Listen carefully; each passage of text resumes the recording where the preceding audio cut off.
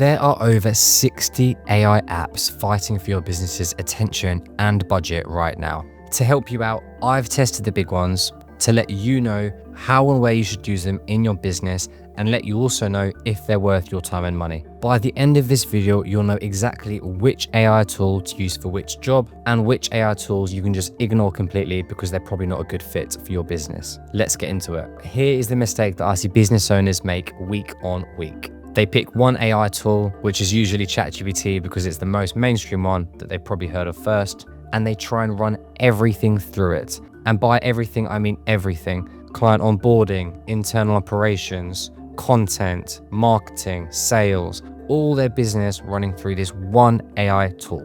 And then they wonder why the output feels average. This is wrong because the AI tools, very recently in 2026, split into lanes as they've specialized in different things. And using one tool for everything across the board in your business is like hiring one employee who's got to run the accounts, do the marketing, post on socials, enter the boardroom, speak to investors, and even clean the toilets. They're working across the board. Instead of doing one job well, they've done all those jobs very badly. In this video, I'm going to walk you through the 5 tools that actually matter in 2026 that you should be using in your business. I'm going to show you how to implement them, where to implement them, so you can get started on your AI journey and start beating competitors to the race that everyone knows they have to take at some point. We mentioned ChatGPT. That is going to be tool 1. It's probably the best and easiest place to start.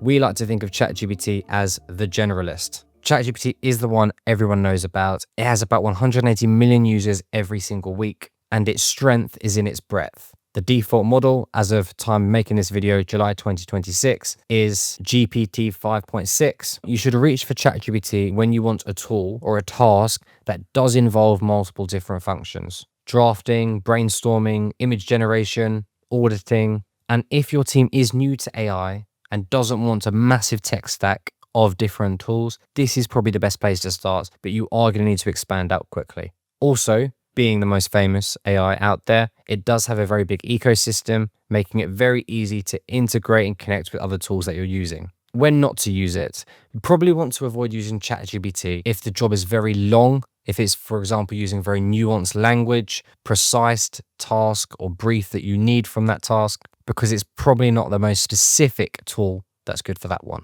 Whereas the second tool, Claude, is much better for that specific use case, and that's the next one I want to talk about in this video. Claude, obviously made by Anthropic. If ChatGPT is the generalist, then Claude is certainly the specialist, particularly for writing and analysis. In blind writing tests that can be conducted across the board in AI tools, Claude consistently comes out the best. As well as being very good at writing and analyzing, it also leads the races for developing and coding too, and benchmarks at 88.6% for the current Opus model running on Claude. So when should you reach for Claude? Reach for Claude when words and specifics really matter. For example, client proposals, long reports, performance metrics, stats needed for board meetings. Anything really when tone and exact instructions that you're giving in the brief really, really matter.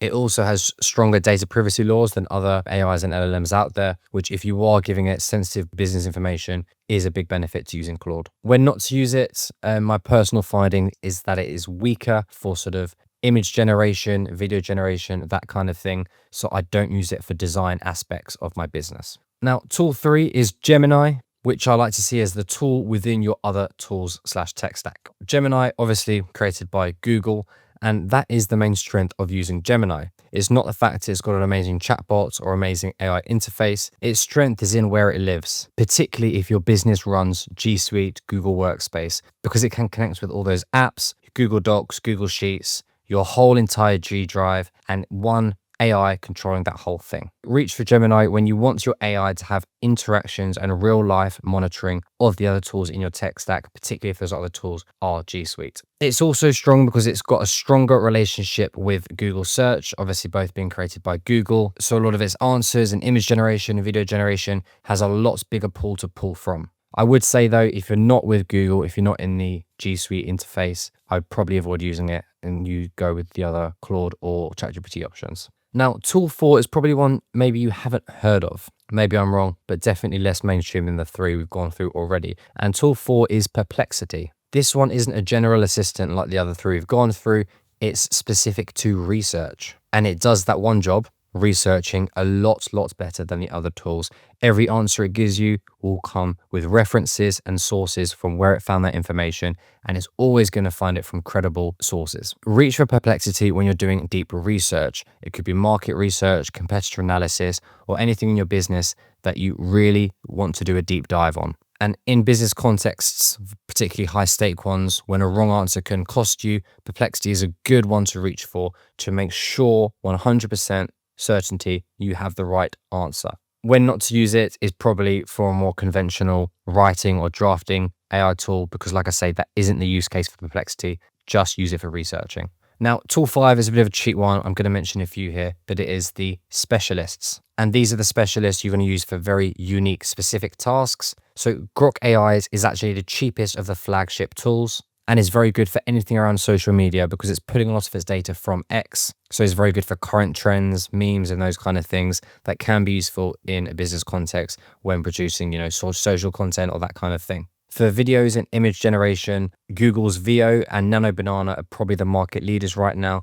They're the best to use for that kind of thing. Now, you don't need these from day one, but if you are looking for the best at those specific use cases, those are the ones to use. So here's to actually decide what AI tools you want to use in your business. The answer is to use a combination of some of the ones that we've gone through. You don't need all 5. Probably choose 2 or 3 that plug the gaps that you're trying to fill in your business. At around, £20 per tool is really not going to cost you too much to put 2 or 3 together, get them working together and forcing your team forward. Because the expensive mistake isn't getting 2 subscriptions. The expensive mistake is expecting one tool to be able to do everything and then costing you money, time, and pain when it can't. The last thing I want to call out in this video is actually the things that most other videos like this won't tell you. It's not actually the AI tools that are going to give you the success. It's the systems and people around it using those tools that's going to be the difference between those who make it with AI versus those that fail with AI. If you do want a system that's built for businesses like yourself